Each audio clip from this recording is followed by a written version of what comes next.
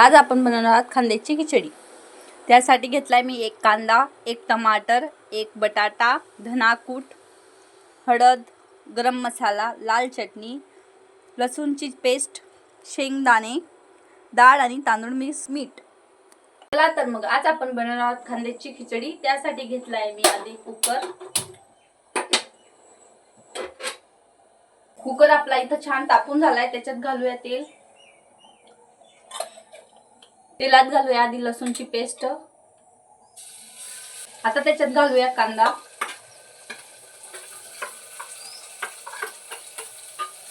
त्यात आपण लगेच घालूया शेंगदाणे। कांदा आपला छान भाजून झालाय। त्याच्यात घालूया बटाटे। लगेच घालूया त्याच्यात टमाटर। आपले टमाटर बटाटे सगळं छानपैकी शिजून झाले। आता त्याच्यात घालूया आपण चवीनुसार मीठ।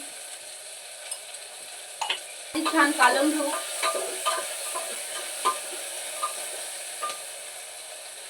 आता त्याच्यात घालूया लाल चटणी, मसाला, धना पावडर आणि हळद। आता हे 2 मिनिटं छान कालवून घेऊ। मी इथं छानपैकी कालवून घेतले। आता याच्यात घालूया आपण पाणी। तांदूळांना ज्याप्रमाणे पाणी लागतं त्याप्रमाणे। माझे साधे तांदूळ आहेत म्हणून मी 3 ग्लास पाणी टाकलंय। बासमती तांदूळांना कमी पाणी लागतं। आता या पाण्याला छान उकळू देऊ आपण।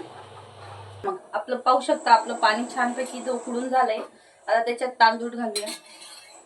तांदूळ आधी छान धुवून घ्यायचे। मी धुवून घेतले होते। आता आपण तांदूळ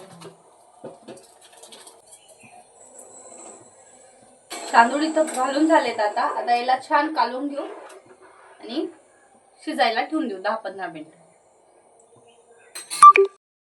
तर आपण पाहू शकता आपली इथे खिचडी छानपैकी शिजून झाली आहे।